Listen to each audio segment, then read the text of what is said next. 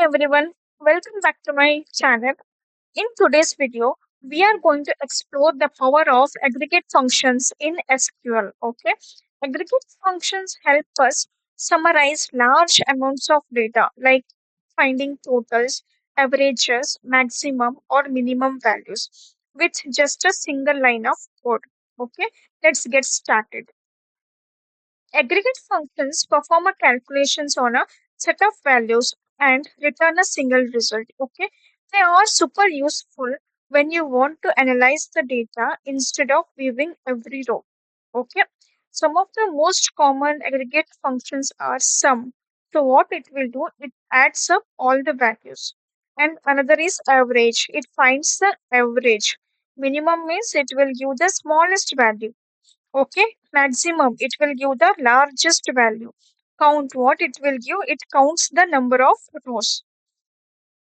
Okay, so let's see the example. So here, select sum of the salary as total salary from the employee table. Okay, let me execute this one. So this query returns the total of all the employee salaries. Okay, you can use the where clauses also to find the totals for a specific group. Like here, select sum of the salary from employees where department is finance. Only for the finance we want a sum of the salary.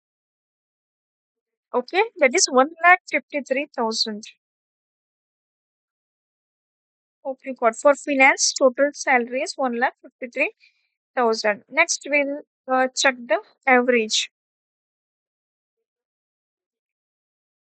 Look at this one. Select average salary from the employees. It will give the all the average.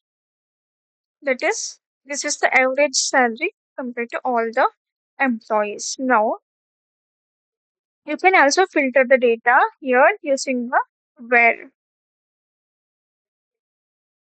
Okay, where department is IT. Only for IT department, what is the average salary? Okay, that is 71,000.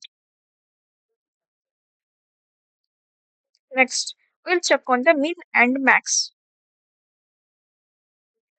Here, what I have written minimum of salary and maximum of salary from the employee table.